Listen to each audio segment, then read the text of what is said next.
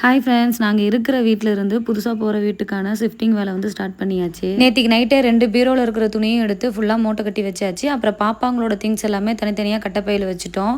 அவர் பார்த்தீங்கன்னா 4 ரூமில் இருக்கிற ஃபேனையும் கழட்டிட்டாரு. இன்னும் இந்த வீட்டில் பார்த்தீங்கன்னா மிச்சமாக இருக்கிறது பெரிய பெரிய திங்ஸ் தான். சோஃபா, டைனிங்கு, அப்புறம் கிச்சனில் இருக்கிற பொருள் எல்லாமே பார்த்தீங்கன்னா நம்ம பாக்ஸில் போட்டு வைக்கணும்.